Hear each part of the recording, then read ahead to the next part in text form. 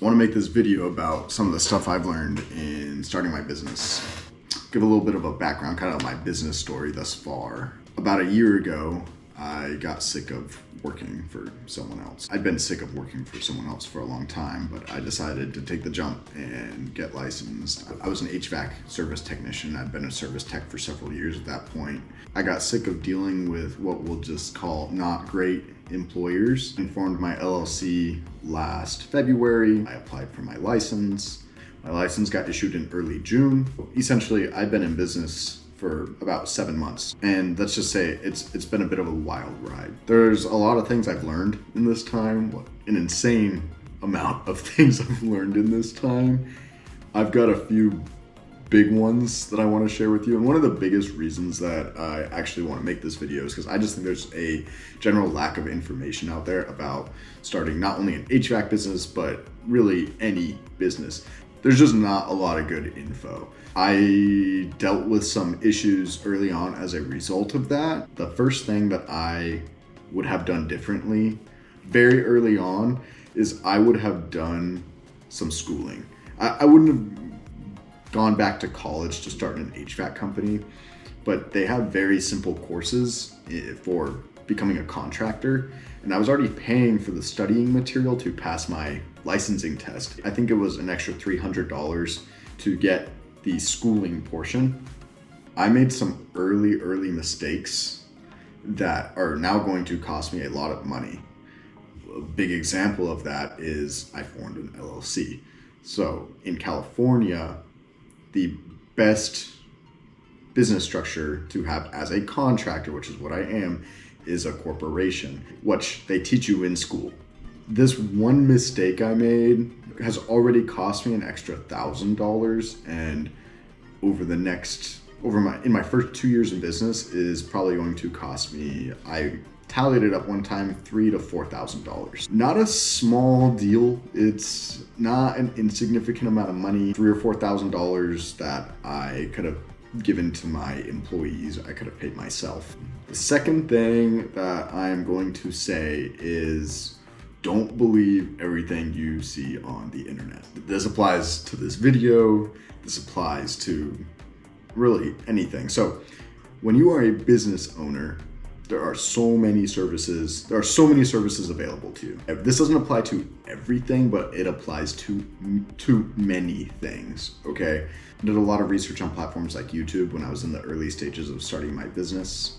I got a lot of what I considered very good advice from a lot of these videos, and I took a lot of it to heart and really I implemented it. I said, hey, watch this video, let's do this. What you may or may not realize when you're watching these videos is that a lot of these people are financially motivated by whatever they're making the video about. That is not always the case. There are definitely going to be some objective videos out there, but that service or product that you watch this video or now convinced you have to have, in the description of the video, there's an affiliate link. And this person who seems to be giving an unbiased representation of it really definitely is not, because if they can get people to go click that link, they are profiting. The one that I can think of that is the best example of this for me, and I know that there were several things, but I can think of one big one, Relay, the bank. So I did some research. After watching a bunch of videos, I determined, hey, Relay is the checking account I need, okay? I opened an account with Relay, and that was gonna be my checking account.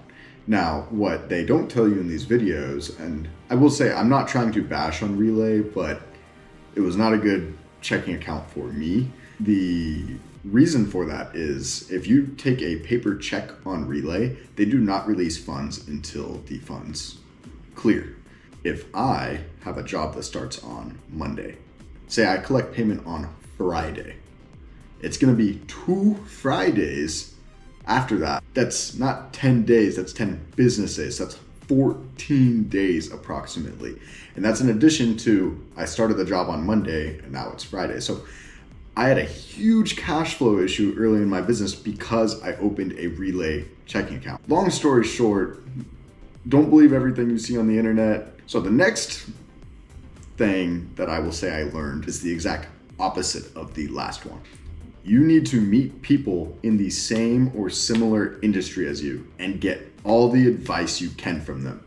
You need to be hungry for knowledge. Like I'm saying, like you got to just soak stuff up like a sponge. So when you are talking with these people, especially someone who is successful in a similar in something that you are trying to be successful in, every little tiny tidbit of knowledge you can get from them is going to be useful. And really, maybe not, but they might. Some people are just lucky and they're successful. Some people might have inherited a business, but even from somebody who inherited their father's business or somebody who bought into a business, they're going to know things about running a business that you may not know. So, and when you're having a conversation with somebody who is managing a business, who was managing a business, who works at another company in the same industry, just try to get as much information as you can from this person. And you don't have to interrogate the guy or girl. The more information you can get from this person, the more it is going to benefit you. And what you will find is that if this person is also a highly motivated individual, then they will actually turn around and the next time they are looking for advice on their business, they're going to call you. They're going to say, hey, this person, they're hungry for information. I bet they already figured this out. They're going to call you. They're going to say, hey, yo, I need to know how you do this. And then you're going to share information back. And it becomes this big circle of just, I don't know, positivity. I don't know what to call it, but information sharing. You just share knowledge with each other and it ends up benefiting everybody. The last thing, and this is honestly a big one. Okay, this is not the last thing I learned, but this is the last thing I have listed for this video, is do not pay for customers, period. And I'm not saying don't advertise, but do not pay for customers. Paid leads are the worst leads, in my opinion. So I'm going to explain myself.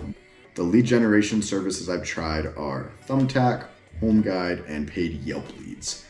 None of those three have worked out good for me. I have asked other contractors about other paid lead services, and all of them have said absolutely horrible things about all of them they have tried. So, and this isn't to bash, I'm not trying to defame any of these companies. They might be good for some things, but I did not have good experiences with them compared to the goals that I have for growing my business. What I have found with the leads that I have paid for is that when these people submit a request for work on one of these websites, their info gets distributed to, I don't know how many businesses, but a lot.